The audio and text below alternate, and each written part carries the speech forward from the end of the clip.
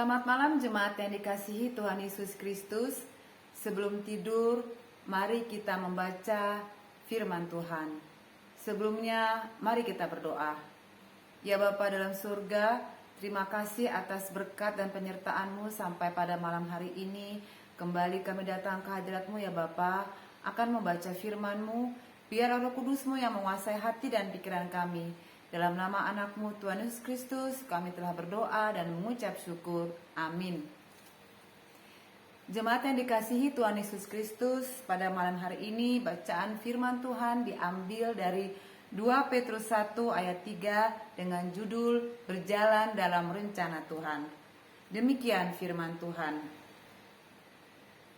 Karena kuasa ilahinya telah menganugerahkan kepada kita segala sesuatu yang berguna untuk hidup yang saleh oleh pengenalan kita akan Dia yang telah memanggil kita oleh kuasa-Nya yang mulia dan ajaib. Amin. Jemaat yang dikasihi Tuhan Yesus Kristus, firman Tuhan malam ini dari 2 Petrus 1 ayat 3 mempunyai makna rohani agar kita dapat hidup saleh dan benar. Rasul Petrus menulis surat ini kepada jemaat di Asia Kecil untuk dengan tekun mengejar kesalehan dan pengenalan yang benar akan Kristus.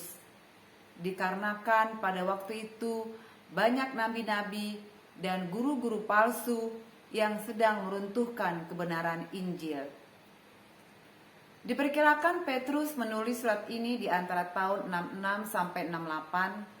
Tidak lama sebelum ia dihukum mati di Roma oleh Kaisar Nero yang jahat.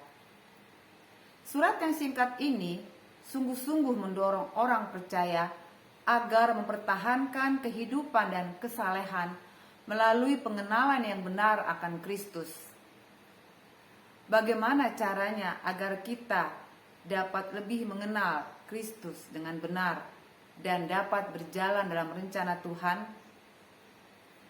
Jika kita membaca Alkitab, paling tidak kita menemukan 3 cara agar kita masuk dalam rencana Tuhan.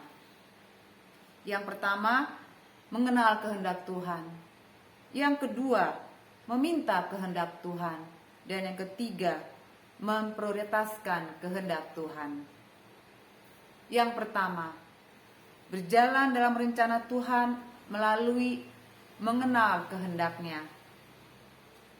Mengenal di sini ialah kita mau berusaha mengetahui apa kehendak Tuhan itu, mempelajarinya, atau bahkan memiliki pemahaman yang konkret dan benar akan kehendak Tuhan, baik secara umum mengenai hidup berkenan dan dasar-dasar iman, maupun khusus mengenai spesifikasi panggilan kita.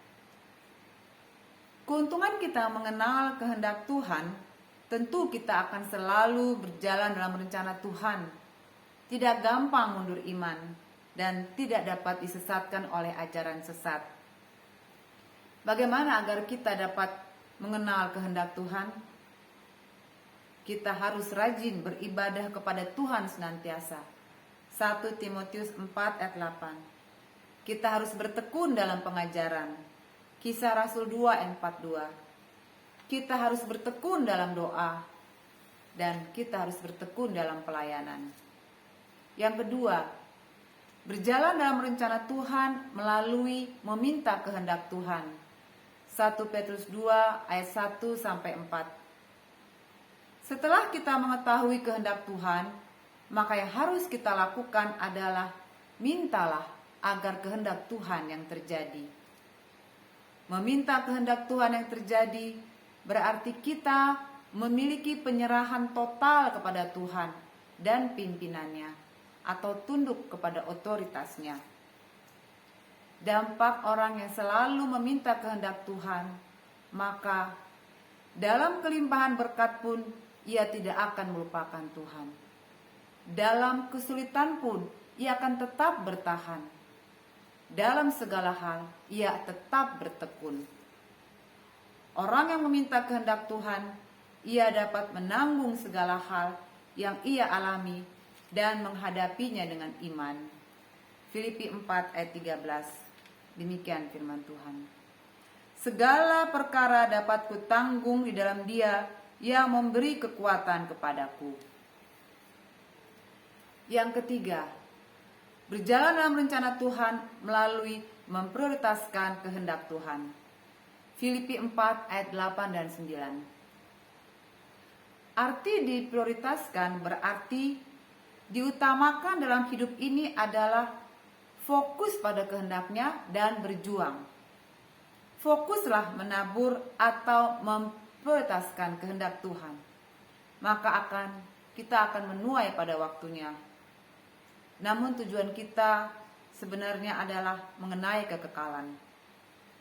Pertanyaannya, masihkah kita memprioritaskan kehendak Tuhan ketika kita dihadapkan pada pilihan yang sulit? Masihkah kita memprioritaskan kehendak Tuhan ketika ada hujan badai pencobaan? Masihkah kita memprioritaskan kehendak Tuhan padahal orang yang kita cinta tidak seiman dengan kita? Prioritaskanlah kehendak Tuhan dalam segala perkara, termasuk pasangan hidup. Bila tidak sesuai, lebih baik berpisah.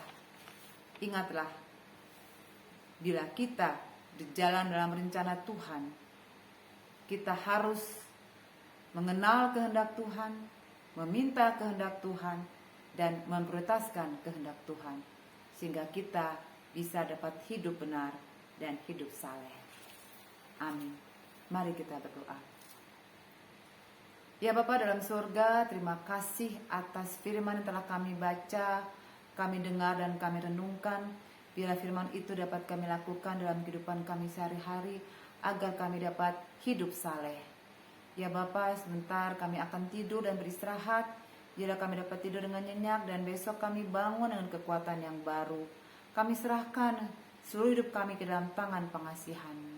Ampuni ya Bapa semua dosa-dosa dan kesalahan kami. Semuanya ini kami minta melalui nama anak-Mu, Tuhan Yesus Kristus, Tuhan dan Juru Selamat kami yang hidup. Amin. Selamat malam, selamat beristirahat.